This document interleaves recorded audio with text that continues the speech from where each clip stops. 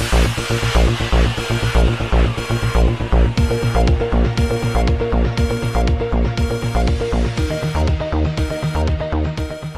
اللہ الرحمن الرحیم۔ السلام علیکم ناظرین، چک جمرہ میں دعوت اسلامی کے زیر اہتمام تھیلیسیمیا کے مریض بچوں کے لیے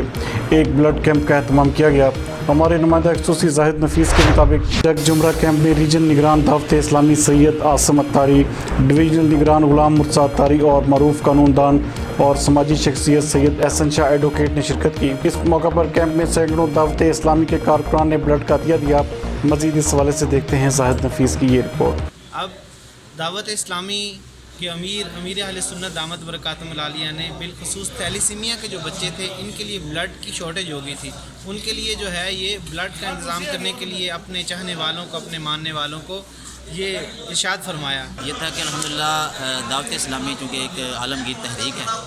اور اس کے امیر سنت حضرت علامہ مولانا فضل محمد ریاض ستار قادری رضی دامت برکاتہم العالیہ جو کہ امت مسلمہ کی خیر خواہی کا جذبہ رکھتے ہیں، الحمدللہ ان کے اسی جذبے کے تحت جب یہ دیکھا گیا کہ جو چھوٹے چھوٹے پھول جیسے مدنی منع اور جن کو بلڈ کی اشد ضرورت ہے اور لاک ڈاؤن کی وجہ سے شاید ان کی ڈیتھ ہو جاتی ہے، لیکن امیر سنت کی ایک آواز پر عاشقان رسول نے لبیک کہا اور ہاتھوں ہاتھ الحمدللہ عاشقان رسول نے جمع ہو کر اپنا وہ خون کا عطیہ پیش کیا۔